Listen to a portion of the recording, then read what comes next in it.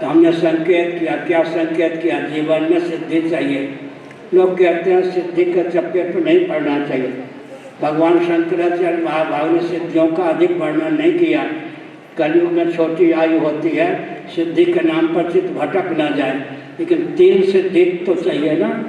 चित्त की शुद्धि का समर्थन किया शंकराचार्य महाराज ने।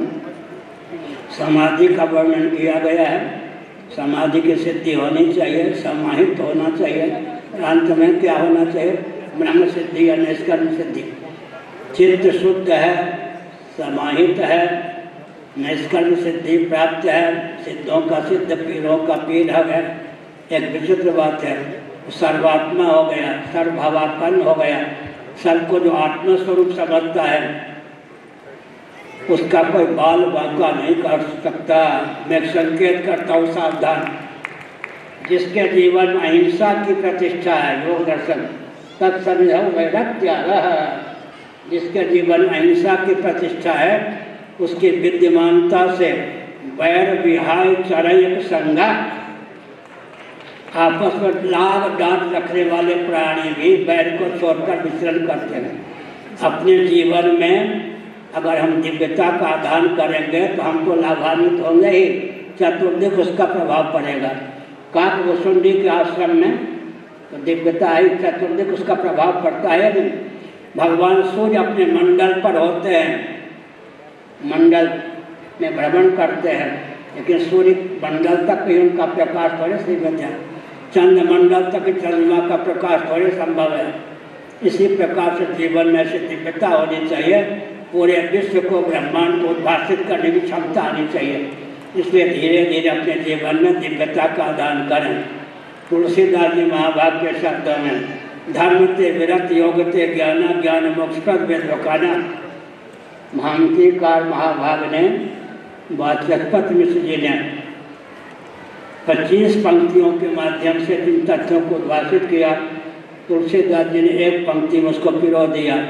धर्म ते विरति, धर्म का फल है वैराग्य, वैराग्य का फल है समाधि, समाधि का फल है ज्ञान, ज्ञान का फल है मोक्ष। धर्म ते विरत योग ते ज्ञाना ज्ञान मोक्ष फल वेदवकाना। एक विचित्र बात है, वैराग्य से डर लगता है या नहीं लोगों को? लेकिन भगवान शंकराचार्य महाभाग ने अपने भाष्यों के माध्यम से इस तथ्य को उद्भासित किया है। ध्यानपूर्वक सुनिए। वैराग्य का विषय अनात्मा है, न कि आत्मा। और जो जिससे विरक्त होता है उसका अधिपति हो जाता है। क्या? जो जिससे विरक्त होता है वो उसका अधिपति हो जाता है। समस्त अनात्मा प्रपंच से जो विरक्त है, समस्त अनात्मा प्रपंच का नियामक हो जाता है। जो जिससे विरक्त होता है वह उसका नियामक हो जाता है। अब हम संकेत करते हैं कालजयी होने का ज्ञान। बोलते सुनते रहिए, काम तो देगा आने से कल।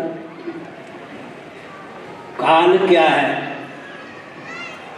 पृथ्वी जल तेज वायु के परमाणु को जितने क्षण में सूर्य की रश्मियाँ घेर लेती हैं, श्रीमद् भागवत के अनुसार उसका नाम परमाणु काल है। लेकिन मूल काल का वर्णन सूर्य संहिता में किया गया है। कालो मायात्म संबंध, वचन है कालो मायात्म संबंध। पंचमी को प्रथम विभक्ति में परिणत कर लें।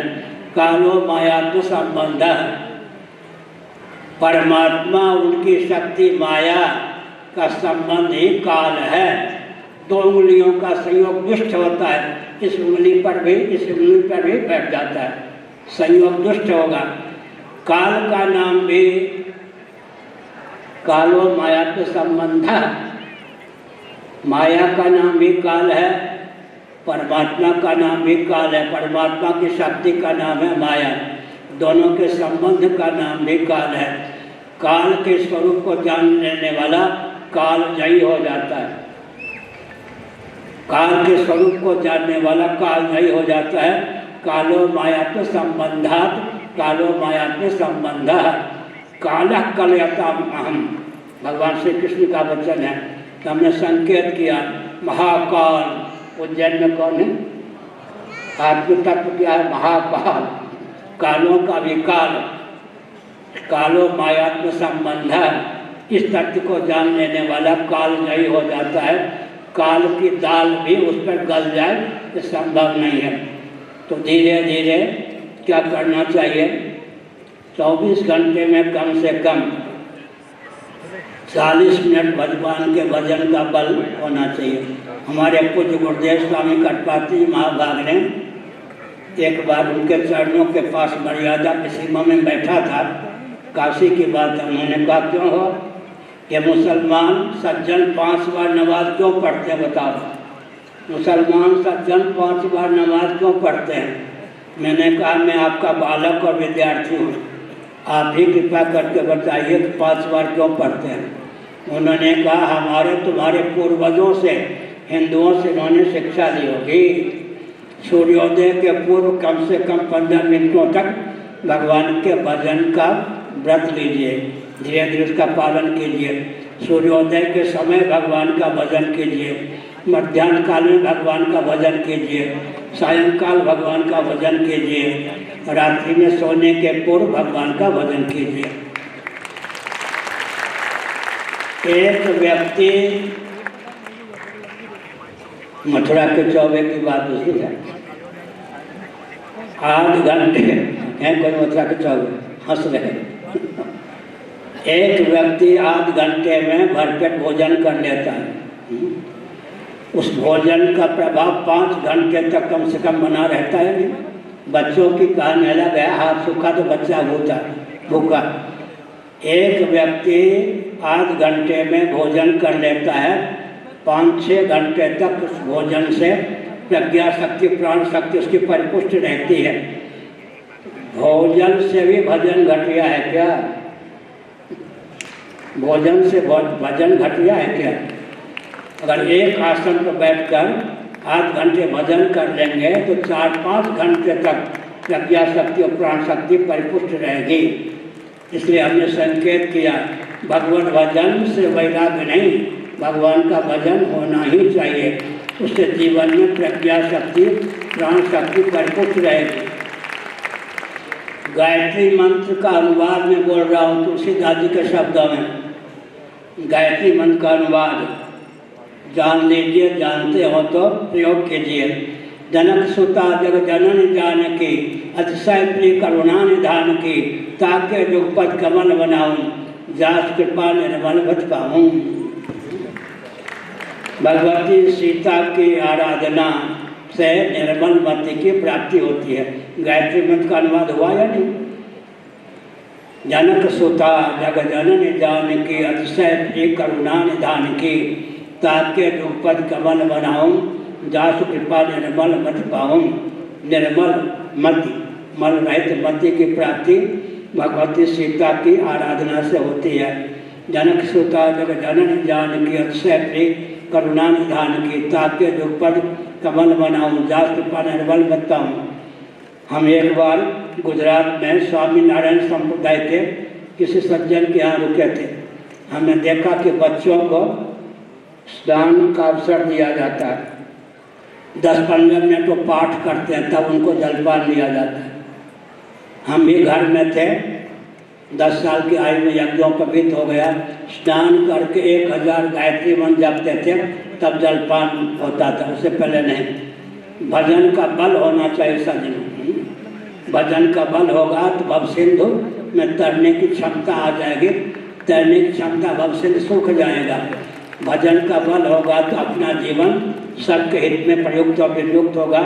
भजन का बल अवश्य होना चाहिए। पृथ्वी की अपेक्षा पानी का अधिक महत्व हमने बताया। इसी प्रकार भगवत भजन का सर्वोत्कृष्ट महत्व है। भजन से उपरांता उचित नहीं है। धीरे धीरे भजन का बल और वेग हो। साथ ही साथ ये भारत है, विकास के नाम पर इसको दिशाहीन करने का प्रयास नहीं करना चाहिए। एक विचित्र तथ्य है,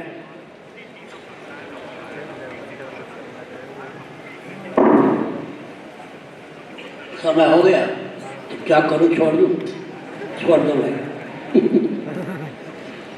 निर्विकल्प है, विकल्प विहीन। भजन का बल अर्जित कीजिए। एक हिंदू परिवार से 1 घंटा 1 रुपया रोज निकालना संभव है क्या? मुझको मत दीजिए। मठ मंदिर या अपने घर को केंद्र बनाकर क्या करना चाहिए? आसपास के क्षेत्र में जितने व्यक्ति हैं सबको स्वावलंबी बनाने का प्रयास करना चाहिए। और मैं एक संकेत करता हूँ, पृथ्वी को धारण करने वाले जितने तत्व हैं, 10 मिनट तक सुनिए। पृथ्वी के और धारण करने वाले जितने तत्व हैं, विकास के नाम पर उनको विकृत अवलुप्त करने का षड्यंत्र चल रहा है। षड्यंत्र होता है जानकर, बिना जान के भी षड्यंत्र हो जाता है। फिर से सुनिए, पृथ्वी को धारण करने वाले जितने तत्व हैं उनको विकास के नाम पर विकृत अवलुप्त किया जा रहा है। गोभिर विप्रैश्च वेदैश्च सत्यवी सत्यवादी अलुब्धैर दानशीलैश्च सप्तभिर धार्यते मयि। स्कंद पुराण माहेश्वर कुमारिका खंड अध्याय 2, काशी खंड अध्याय 2। स्कंद पुराण में यह श्लोक 2 बार आया है। गोवंश के द्वारा पृथ्वी का धारण होता है। पृथ्वी पर विपत्ति आती है, पृथ्वी गाय का रूप धारण करके ब्रह्मा जी के पास कष्ट निवेदन करने जाती है। विप्रैश्च सदाचार संयम संपन्न वेदज्ञ ब्राह्मण पृथ्वी के धारक हैं। वेदैश्च ऋक् यजु सामथर्व वेद पृथ्वी के धारक हैं। सती साध्वी देवियाँ पृथ्वी को धारण करती हैं। सत्यवादी निर्लोभ दानशील पृथ्वी को धारण करते हैं।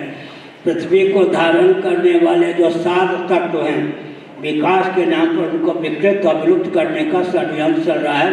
उसे सावधान रहने की आवश्यकता है। अब महाभारत के अनुसार धर्म कामश्च कालश्च वसुर वासुकिरेव च अनंत कपिलश्चैव सप्तैते धरणीधरा। पृथ्वी को धारण करने वाला धर्म है, काम है। धर्मा विरुद्धो भूतेषु कामोषु वर्तस्व। काल पृथ्वी को धारण करता है। विद्युत का गलत उपयोग होने के कारण दिन रात्रि की विभाजक रेखा विगलित हो गई है, जिससे विस्फोट हो रहा है। पतिव्रता होने पर भी दिति ने सायंकाल में पति कश्यप जी को स्पर्श करने के लिए बाध्य किया। इस प्रमाद के कारण 2 आतंकवादियों को उसने जन्म दिया, हिरण्यकश्यप हिरण्याक्ष। भगवान ही बच्चा में घर घर में ये न हो। इसलिए हमने कहा धर्म कामश्च कालश्च वसुर वासुकिरेव च। चल अचल संपत्ति के देवता वसु और वासुक हैं। अनंत कपिलश्चैव परा विद्या के देवता शेषनाग हैं, कपिल हैं। सार क्या निकला? पृथ्वी को धारण करने वाले 5 तत्व हैं। धर्म पृथ्वी का धारक है, अर्थ पृथ्वी का धारक है, काम पृथ्वी का धारक है, मोक्ष पृथ्वी का धारक है और काल पृथ्वी का धारक है। इन 5 पृथ्वी के धारक तत्वों की रक्षा में अपने जीवन का उपयोग और विनियोग होना चाहिए। आज के प्रवचन का सारांश हुआ, सबके पूर्वज सनातनी वैदिक आर्य हिंदू थे। मोहम्मद साहब के पूर्वज कौन थे? ईसा मसीह जी के पूर्वज कौन थे? सबके पूर्वज सनातनी वैदिक आर्य हिंदू थे। एक संकेत करता हूँ, स्थावर प्राणी जो तरलता गुण इत्यादि हैं, श्रीमद् भागवत आदि पुराणों का अध्ययन कीजिए। कश्यप ऋषि, कश्यप इत्यादि महर्षियों की धर्मपत्नियों के गर्भ से देवता धनुज आदि नहीं, तरलता गुण स्थावर प्राणी उत्पन्न हुए। हमारे आपके जीवन में भी स्वप्नावस्था में अर्धनिद्रित मनोयोग से पृथ्वी, पानी, प्रकाश, आकाश, पवन, स्थावर जंगम प्राणियों की उत्पत्ति हो जाती है। हमारा जीवन सबके हित में उपयुक्त और प्रयुक्त हो, यह आवश्यक है। हमारा जीवन वसुधैव कुटुंबकम की व्याख्या है। उदार चरिता नाम तो वसुधैव कुटुंबकम, महोपनिषद के 6ठे अध्याय का यह वचन है। उदार चरिता नाम तो वसुधैव कुटुंबकम, सर्वेषां मंगलम भूयात्, सर्वे भवन्तु सुखिनः, सर्वे सन्तु निरामयाः, सर्वे भद्राणि पश्यन्तु मां कश्चित् दुःख भाग् भवेत्। गरुड़ पुराण के अंतिम अध्याय का अंतिम श्लोक है। तो हमने संकेत किया सज्जनों, क्या संकेत किया? सबके हित में अपने जीवन का उपयोग और विनियोग करना चाहिए। हम सबके हित ऐसे हों सबके हितज्ञ हूँ, सबके हित करने में तत्पर हूँ और सबके हित करने के सामर्थ्य से संपन्न हूँ। हमारा भला होगा, पूरे विश्व का भला होगा। श्री राम जय राम, जय जय राम। एक और बात, महायंत्रों के द्वारा गोवंश इत्यादि का नाश हो रहा है। अब बैलगाड़ी का युग चला गया। महायंत्रों के द्वारा जिस प्राणी की उपयोगिता का भरण कर लिया जाता है वो उस प्राणी की प्रजाति विकसित हो जाती है, विनष्ट हो जाती है। हाल में भी बैलों का उपयोग नहीं है, इसलिए गोवंश की हत्या बढ़ ही रही है। तो जितने पृथ्वी के धारक तत्व हैं सब विकृत और विलुप्त किए जा रहे हैं। इसलिए विकास के नाम पर विनाश का मार्ग प्रशस्त न हो, शासन तंत्र का ध्यान केंद्रित होना आवश्यक है।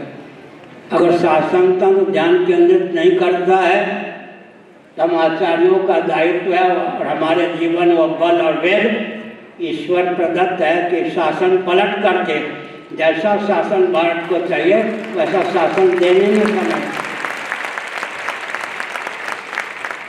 दो का तालमेल, एक भृगुजी थे ब्राह्मण, एक पृथ्वी, दोनों में सैद्धांतिक सामंजस्य था। धर्मराज की प्रतिष्ठा हुई या नहीं? एक और वशिष्ठ जी और राम जी, दोनों में सैद्धांतिक सामंजस्य था। धर्मराज की प्रतिष्ठा हुई या नहीं? एक और धौम जी या वेदव्यास जी और युधिष्ठिर जी, दोनों में सैद्धांतिक सामंजस्य था। धर्मराज की प्रतिष्ठा हुई या नहीं? एक और नवरत्न जी और दूसरी और विक्रमादित्य जी, दोनों में क्या था? सैद्धांतिक सामंजस्य था। और एक और समर्थ रामदास जी, दूसरी ओर शिवाजी, दोनों होना चाहिए। व्यासपीठ की उपयोगिता नहीं है, ये उचित नहीं है। और अंत में सज्जनों, अगर मैं किसी को प्रधानमंत्री बना के घुमाना प्रारंभ करूं, विक्षिप्त या अराजक बना जाऊंगा ही नहीं। जो प्रधानमंत्री हैं वही प्रधानमंत्री हैं। लेकिन अभी राजनेता शंकराचार्य जगत गुरु बना के घुमाए जा रहे हैं, ये विक्षिप्त या आतंकवादी से होएगा नहीं। इनको किसने अधिकार दिया शंकराचार्य बना घुमाने का? ये राजनेता शंकराचार्य बना के घुमा रहे हैं, जगत गुरु जी बना के घुमा रहे हैं। देश का विनाश होगा या नहीं? अंग्रेजों ने शासन किया, मुसलमानों ने शासन किया, किसी आतंकवादी अराजक को शंकराचार्य बनाया गया? एक प्रधानमंत्री थे भारत में, संभवतः नरसिंह राव नाम था, परोक्ष प्रिय। मैंने विरोध में उन्होंने एक आतंकवादी को शंकराचार्य बना घुमाने प्रारंभ किया। उसके बाद एक वाजपेयी नामक व्यक्ति आए, उस व्यक्ति को विदेश में ले जाकर कहा ये पूरी के शंकराचार्य अब जो प्रधानमंत्री हैं, मेरे लाडले प्यारे मिल चुके हैं, उन्होंने कहा कम से कम भूल कर सकूँ, अधिक से भूल ये है कि आतंकवादी को शंकराचार्य बना के देश विदेश में घुमा रहे हैं। देश का क्या होगा?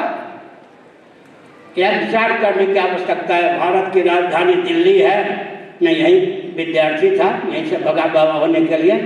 जिस देश में आतंकवादी को शंकराचार्य बना घुमाया जा रहा है, जिस देश के नेता सोचते हैं कि शंकराचार्य हमारा अनुगामी बनकर है, संभव नहीं है। इसलिए भविष्य में जो विप्लव होने वाला है उसको बचाने का प्रधानमंत्री प्रयास करके अपने आप को सुरक्षित रखें, देश की सुरक्षा का ध्यान रखें। हर हर महादेव। जगत गुरु शंकराचार्य भगवान की